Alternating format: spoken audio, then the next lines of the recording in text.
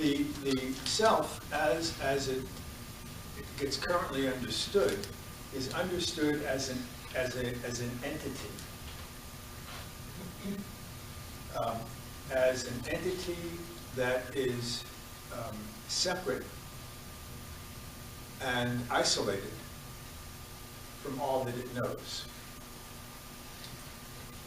Our conventional understanding of self is that it's an entity that's isolated and separate. It's a standalone phenomenon. Now, if we just think about that logically for a moment, the idea that there is something in the universe that is separate from everything else in the universe, if we just thought about that for a moment, we might challenge it. But that's the self of our existence, and that's the self that we live.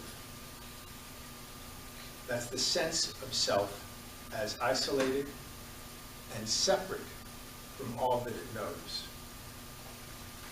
And separate from all that it knows externally, and separate from all that it knows internally.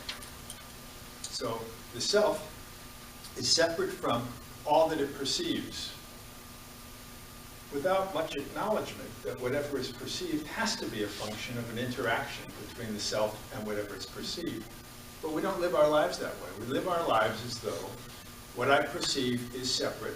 It is that way. And myself is this, so self becomes a thing. And we live in a realm of self as thing in a world of things.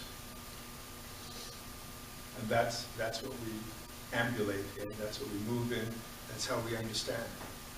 Now, if we consider the psychological implications of experiencing a self as isolated and separate from all it knows, then clearly that would be one vulnerable position to be in. And our personalities and our defense mechanisms reflect that. We develop ways to protect ourselves as a separate being.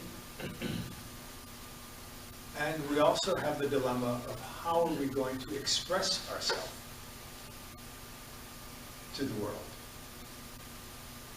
And this is a consequence of the construct that we live, that self is a separate, isolated, standalone entity that is separate from everything that it knows externally and separate from everything it knows internally. So the self has a feeling, my feeling. So now the self possesses the feeling. The feeling is not the self, the feeling is something the self has. My thought, the self is not the thought. The self has a thought that's separate from.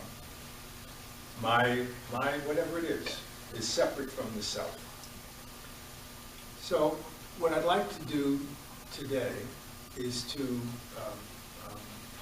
re-examine where we start from, because if we keep all of our assumptions in place, we cannot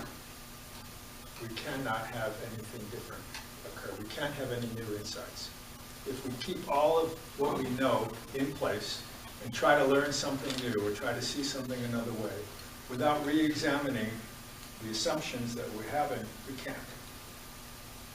So it's time that we do something like that.